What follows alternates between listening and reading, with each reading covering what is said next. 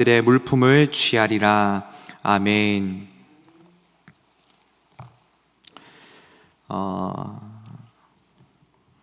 하나님께서는 모세에게 이제 애굽으로 가서 내 백성 이스라엘을 애굽에서 인도하여 내어라 라는 막중한 사명을 주십니다.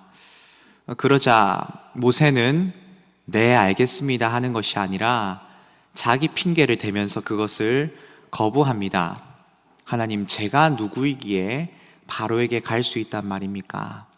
그때 하나님께서는 내가 반드시 너와 함께 있겠다라고 말씀하시면서 모세, 너가 어떤 사람인지 중요한 것이 아니라 내가 함께 있는가 안 있는가, 그것이 중요한 것이다.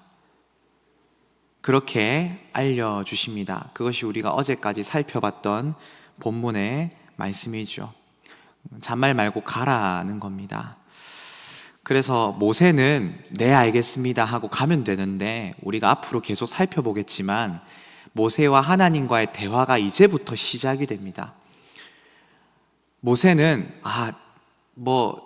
내가 누구이기에 그게 중요한 게 아니라면, 하나님이 함께 하시는 게 중요한 거라면, 그렇다면 그렇게 함께 하겠다고 하신 하나님, 당신은 누구십니까?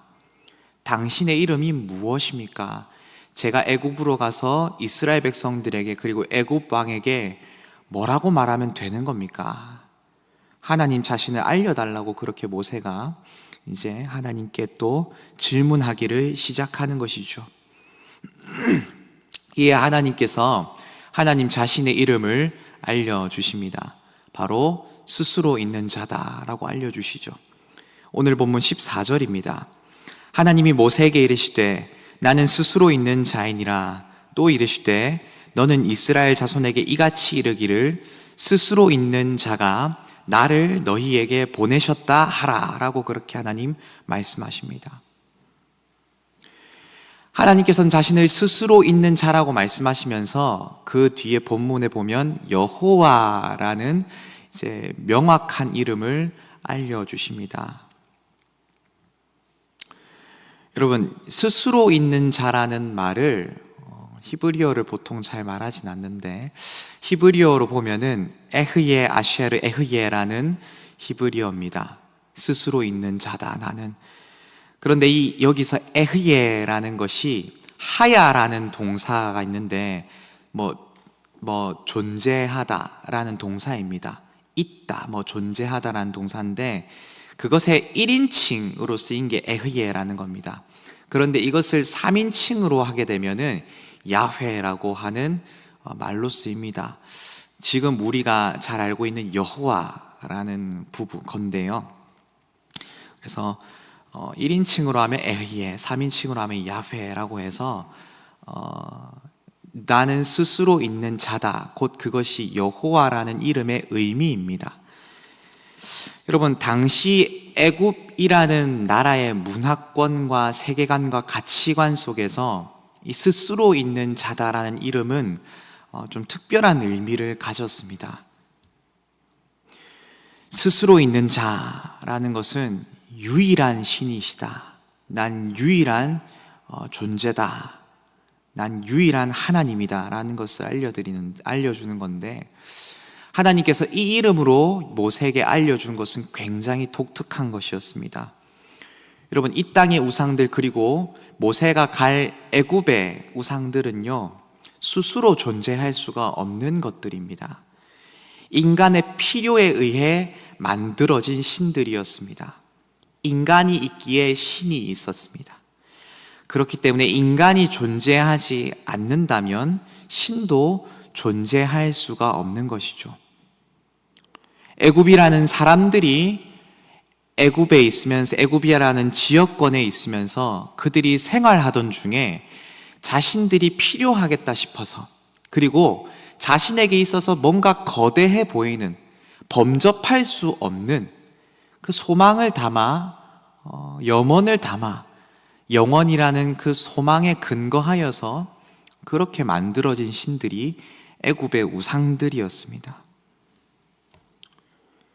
그래서 애굽의 신들을 보시면 태양의 신 라, 그리고 나일강 신 하피, 죽음과 부활의 신 오시리스, 왕권의 신 호루스, 그리고 사랑과 어머니의 신 하토르, 출산의 신 헤게트, 이런 여러 가지 다양한 신들, 잡신들이 많았습니다. 이것은 다 인간이 원하는 것들이며 살아가면서 정말 갈망하는 것들을 하나하나 메뚜기든 송아지든 나일강이든 하나하나 그 이름을 붙여가면서 신으로 만들어 왔던 것입니다. 여러분, 그러나 하나님께서는 그러한 시대적 상황과 문화와 가치관 그 정황에 정반하면서 스스로 있는 자라고 소개하시면서 나는 누구에게도 의존하지 않으며 나는 어떤 영역에도 묶여있는 존재가 아니며 나는 존재 자체의 근원이심을 하나님께서 보여주신 것입니다. 그 어느 것에도 한정되지 않으시고 제한되지 않으시는 완전하신 하나님, 홀로 계신 진짜 한 분, 유일하신 하나님, 그렇게 자신을 스스로 있는 자 여호와라고 자신을 밝혀주신 것입니다.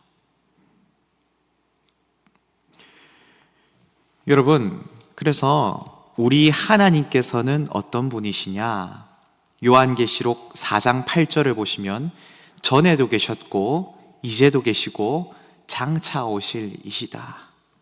여러분, 하나님께서는 절대 누군가에게 제한되는 분이 아니시고 종속되는 분도 아니심을 여러분 기억하시기를 바랍니다. 여러분, 이것이 모세에게도 참 중요한 말이었습니다.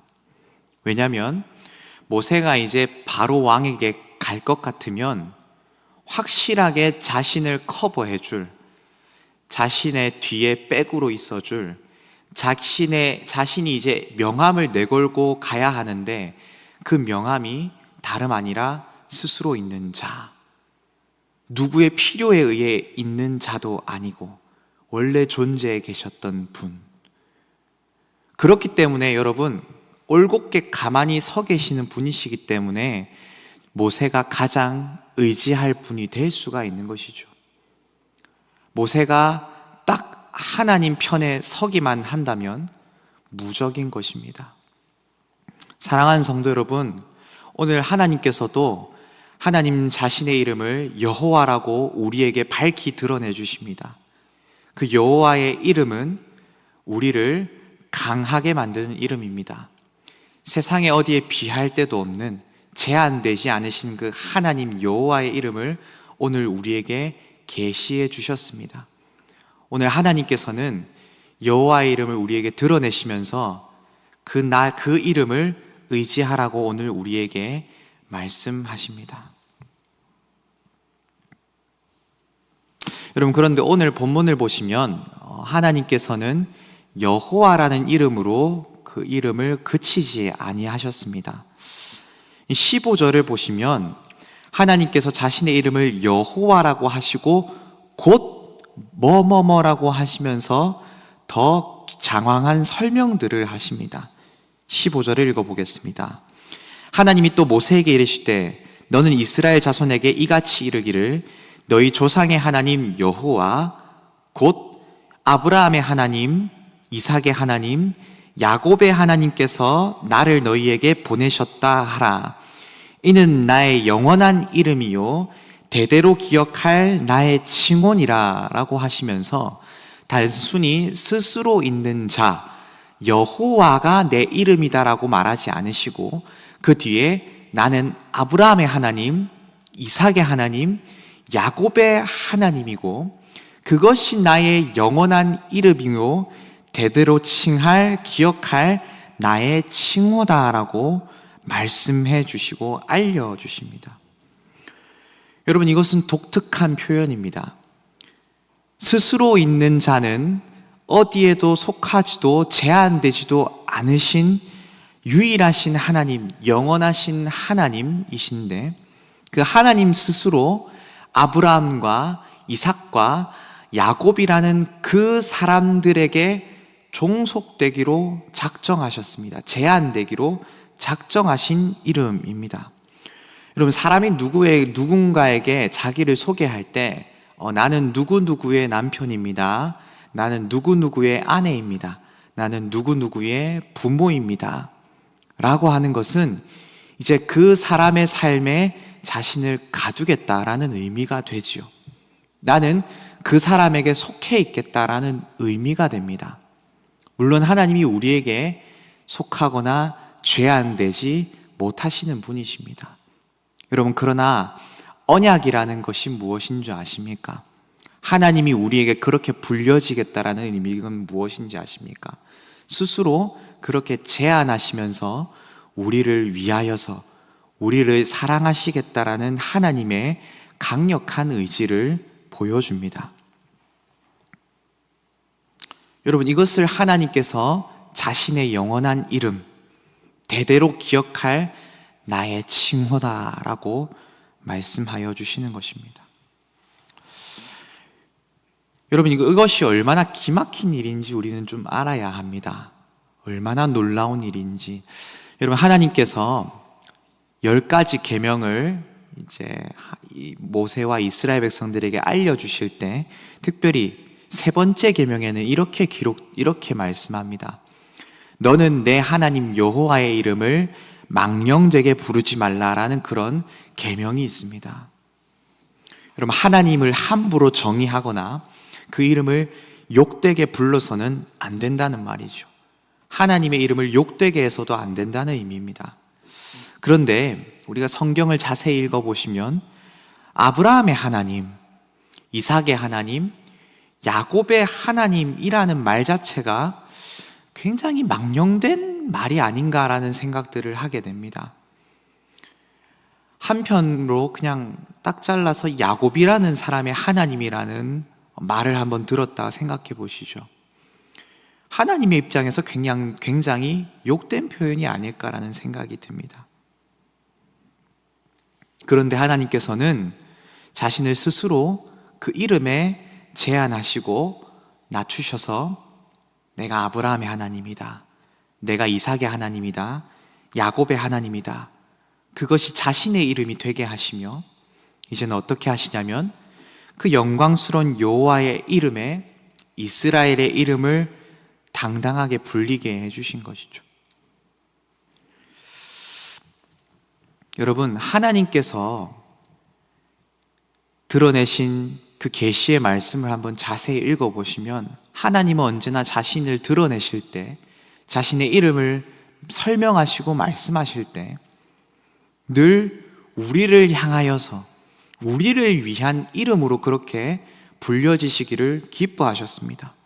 마치 우리에게 사랑의 편지를 쓰듯이 누구누구의 하나님, 내가 너희를 위해 이 이름 쓰기를 기뻐한다. 어떤 이름이 있습니까? 예수라는 이름, 자기 백성을 그들의 죄에서 구원할 자라는 그 이름을 쓰시고, 임마누엘, 하나님이 영원토록 우리와 함께 계신다. 임마누엘.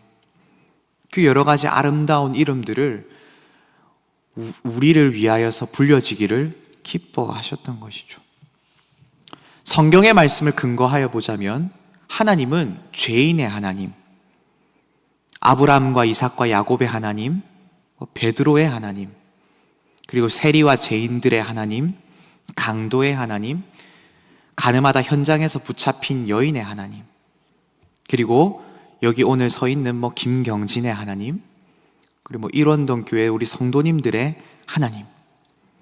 여러분, 이 말 자체가 굉장히 망령된 표현 같은데 객관적으로 세상적으로 보자면 이 이름이야말로 하나님을 참 욕되게 하는 표현 같은데, 하나님은 우리의 하나님이 되기로 자처하시며 자신의 이름을 규정하신 것입니다.